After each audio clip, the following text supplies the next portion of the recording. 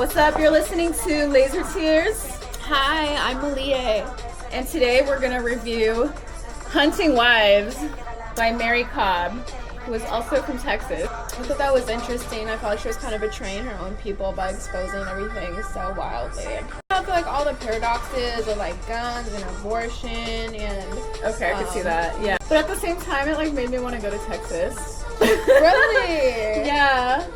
But random fact, like, These girls are toxic. They are toxic, I know. I guess I just missed that. Okay, so Sophie, our main gal, she's coming in from Cambridge, even though in the book she's coming in from Chicago, but just a switch up here with her man. Okay, you looked into the book, I didn't. A little bit. I wonder why they changed that. I think that they wanted to make her husband look like a goody two-shoes boys from Harvard, you know, and kind of give him that sort of sense. like background of like he's cool, he's very innocent. Yeah, and kind of why she gets to not work all day. I noticed she didn't have a job, and I was like, that's tight, good for her. Yeah. Yeah, I mean, she comes with a lot of like baggage and like her own trauma, so I can see, even though she looks like a freaking angel. Yeah, she looks super innocent. And now that you mention that, I think it's interesting how she's actually wearing black, like she's going to a funeral, but I didn't notice that before. So it's like she's coming into this very different town, conservative, conservative, Republican. She's very anxious, which also builds a line to her character later, and that's how she bonds with the main one of the main Margo. With her need for Xanax.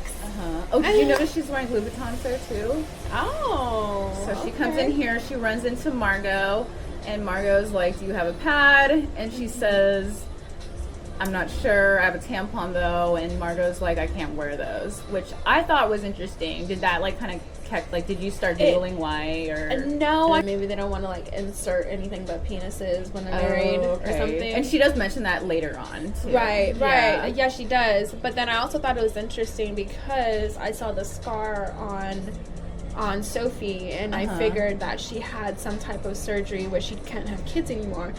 When they're talking about having kids, and Sophie was just like, "Oh, we're not having kids," but then her husband was just like, "Just go with it." And neither of them can have kids, right? Because she says later on, Margo says later on, like, well, spoiler alert. Okay, I won't get ahead, but this whole show is a spoiler alert. So that's where the plot twist really changes. Okay.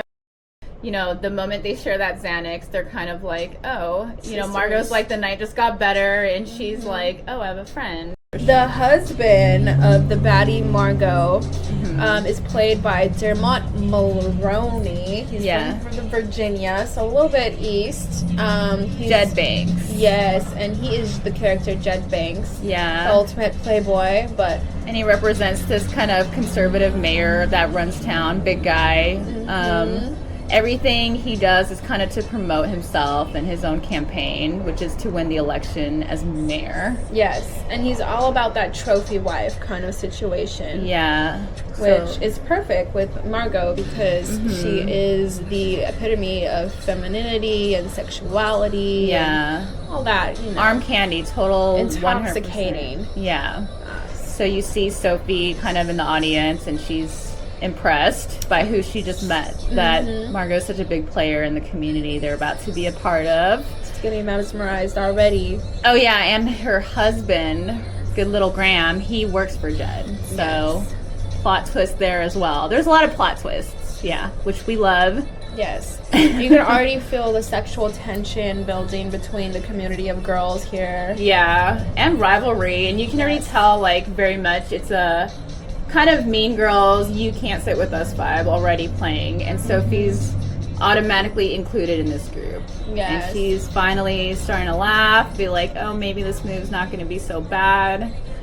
And then we get to the second part. Flash 2, exactly. These two teenagers having sex, and who stumbles upon them is Margo, Queen Bee, and it's Brad, who is actually kind of a school jock. He's hooking up with Abby Jackson, and they're both going to be super important characters later on, as we learn. And then you see Margo you can tell that there's some sexual tension that's not very appropriate between Brad and Margo, because he's looking at her. Then she goes into a different room and she opens the door to the twins, who are kind of her own kids. She's a stepmom to them, but they're Jed's kids from a previous marriage. And you can tell, like, she doesn't care to be their mom at all. Yeah, Is that yeah, the vibe you totally. got? Yeah, I could tell that wasn't like really her kids. Yeah, she's just like, oh, you come with the new wife. You come with the job. Yes. You come with, like, Jed. Yes, yes. Oh, and I forgot about this part. She goes back. She goes back to Brad's room. Like, after he's finishing up. What the heck? Yes, and I think that it's really setting the scene to all the secrets that are in this community. You know, Margo's friends with Brad's mom. Yeah. And so Jill, who also is played by Katie Lowes in Inventing Anna, with the friend who's getting kind of screwed over when they're in another country. I don't remember if it's Bali. Shout out to Binge-Yap-Repeat. Yes, Binge-Yap-Repeat. Great episode on the Hunting Wives. And they did a lot of research about the comparisons of the book and the TV show. Yeah. And I'll be honest, I didn't read it, so that's helpful that you listened to. We're not going to read it, are we? Binge-Yap-Repeat. No, there's just like stay a long here, stay list. tuned. Yeah, stay tuned. You can just find out what happened through us. Yes. But yeah, Jill's the mom of Brad, the big mama, and also the pastor's wife, which has a lot of pressure, social pressures in the community. That's true. Yes. It took me a while to find out that he was the pastor. Yeah. Right. And so here you see that Jed and Margo have a special relationship. It's cool. It's feeling very open. It's feeling very monogamish. But it's one of those relationships where he can see girls and she can see other girls, I think. Right. Yes. Yeah. Yes. Strictly pussy. Yeah. Strictly pussy. I love that. Yes, and that's why we watched the show. Even though that's what caught me onto the show. I'm like, okay, it was a little rough at first to get into, but the thought of there being lesbian sex, I was like, okay, I'm staying here. I'm dedicated. It was very, like, for the straight eye, though. And I think there's a lot of other people that commented on that, because I did glimpse a little bit. I think it's a lot of eye candy. Yeah. And that question of who is this made for? Yeah. I don't think it's made for Republicans. I think it's very much made for not at all. Democrats, liberals to kind of, like, laugh at their life in a liberals. sense. Liberals would call it a soft porn, I'd say. I'd say so, at least too. the ones that live in Palo Alto. So Sophie's breaking into the whole Mean Girl scene. Yeah, she broke it really fast, because for me, when I like join a new scene, it takes me like 2 years to be like, hey, I'm here, but maybe it's because I'm busy. I don't know. I don't go out. You're booked and busy. Yes. Oh, yes. Which is why I'm so glad we're friends and we have our own Mean Girl group, but we're nice. We are nice. We're nice. Okay. Yeah. So fast forward, and you're doing the full-on first new hunting session. Okay, this part made me want to go to Texas, because I was like, I would love to be with like a group of girls who know how to shoot guns. I mean, we have that in Oakland. Introduce our dogs. Like, I didn't get to do that in Oakland for like. I've never been to a shooting range. I have a gun, but like, you know, somebody said having a gun is like having a guitar. Everyone has one, but no one's really good at it in California. Oh my god! But yeah, we gotta get some time. Yeah. That'll be our next YouTube. This was one of the first real sexual tension, I want to say, between Sophie and Margo. Definitely. With the whole, you know. So you're going to find somebody, you're showing them how to do it. It's like we're both crazy. Yeah. Yes. And then you recognize already from the bat that Callie has a thing for Margo. For sure. Dang, you are noticing all the things that I didn't No, she was notice. so jealous. She's just like, what? No, I could feel that jealousy and everything. I could just feel jealousy from all the girls. Like, they all want to be picked by Margo. And I feel Queen Bee. Yeah, she's Queen Bee, and something tells me she's got the most access to, like, funds as well, maybe. Yeah, the richest. She has the most influence out of the group. She's the most, like... I think her and Jill. I mean, but even Callie, she's the sheriff's wife.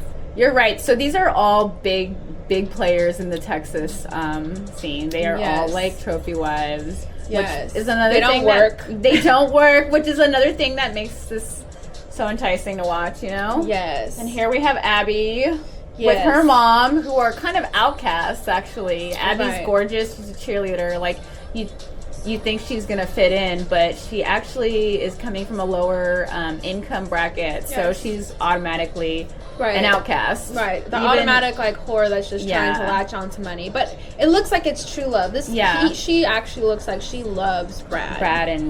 Right. Oh yeah, Abby loves Brad. She is like pure-hearted, and of course Jill, the pastor's wife, just plays that stereotypical mom role where she has it out for. Definitely. She's like, you're not good enough for my son. In fact, I like my son.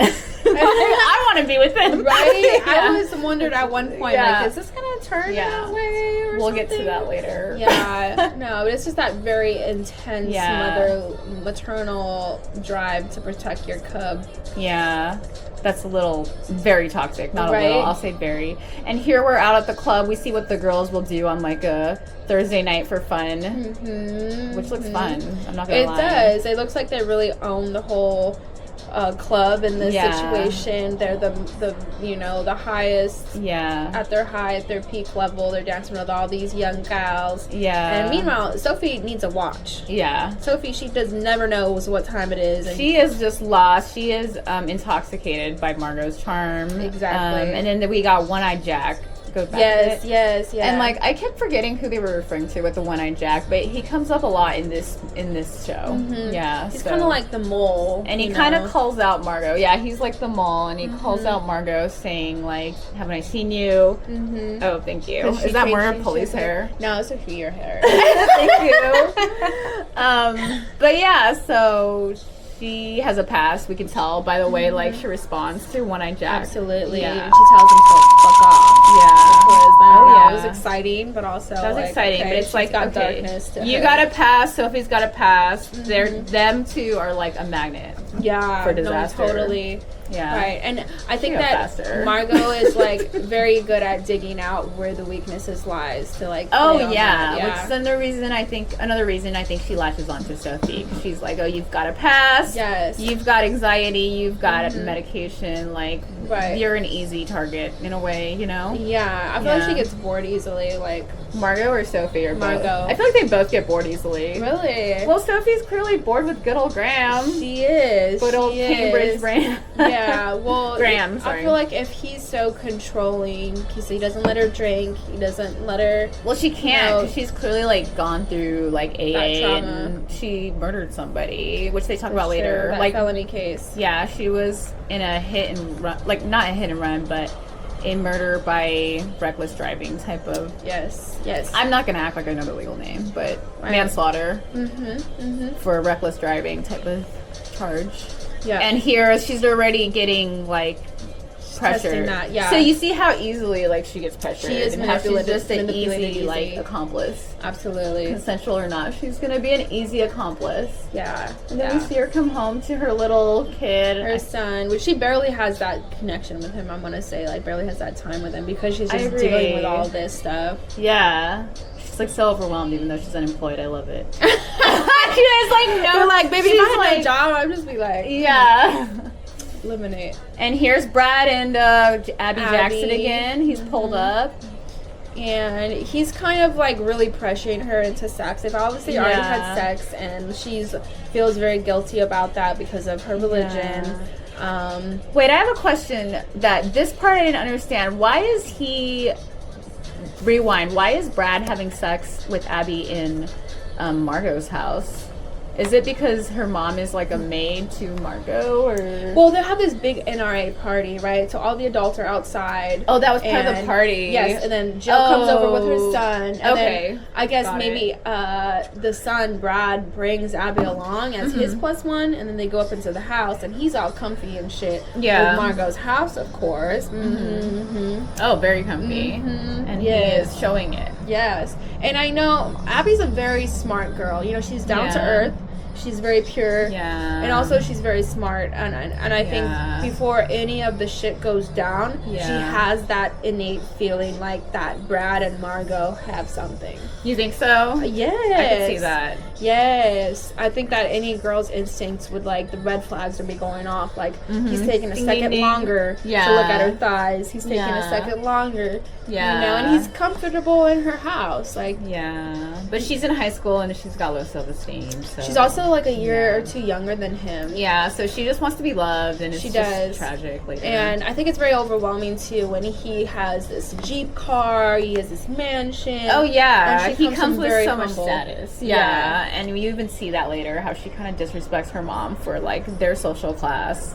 Exactly. Which was like so sad. Yeah, I was like feeling for her mom so much. Of course. No, that was my favorite character. Honestly, was Abby's mom. Okay, we'll talk about her. She was like such a great. Every time I see a good mom, I'm kind of like crying. Yeah, but the part where she's like pissed about the abortion, like I get it. I know, it comes with the territory, but I was like, but then spoiler, she didn't even have that abortion. Yeah, which was like, okay, she did know her daughter. Mm-hmm. She knew her daughter well enough to know that Abby would have carried that baby out. Yeah, that's true. Oh my god. Just like her friend that gets kidnapped later on, but she carried that baby out. We'll talk about that later, but that's why she goes into Jill's house later too. Because she might be like, oh, Jill forced my daughter, you know? Okay, so like, let's finish up. So he's like, they're kind of showing how Brad and Abby have this relationship, but like Abby is more loyal than Brad turns out to be, or is showing. And then we show that like Callie is married. Well, we don't know that he's the sheriff. No, he's definitely married to some law enforcement. Oh yeah. Oh, that's right. Because she's like already. Okay, this is where I could tell she was jealous, but I just thought this was she was giving Mean Girl. But Callie is in bed up at night while her husband, who is in law enforcement, we can tell at this part that she's looking up Sophie's background, which is like, ugh, this stuff makes my blood boil. Because nobody wants to dox her. Yeah, nobody. This stuff was like triggering to watch. And then we show Sophie sneaking out at night. Well, she comes back from that night out and she feels guilty because he's like, did you drink? And she's like, of course not. Oh, that's right. Oh my god, yeah, they had a whole long day. Yeah. Which is funny because like this whole episode, I was like, I can't believe that was only like 8 days ago. I can't believe that's only 2 days ago when they reference things. But this all takes course in like a week or 8 days. The first episode is within 3 weeks. And at the end of 3 weeks, I don't know if you want to say, but you know who gets shot, and that's the ending scene of episode 1. Yeah, we can say it. Abby gets shot. Yeah, but we don't know. We don't know because that looks like it could have been Sophie the way they filmed it. It does, and like they want us to believe. Yeah, because they go side to side. Yeah, yeah. So that brings us now to that brings us to the second episode. Okay, and come back for more, which is episode 2. So we wanted to introduce our dogs because we didn't get to do that, and they've been kind of like, hey, why am I not in the camera? Why am I not? These are both girls. Yeah, so they're divas. This is Cash. This is Aho Nui. And if you hear them like bark or whatever, they're just being divas. So yeah, and they are divas.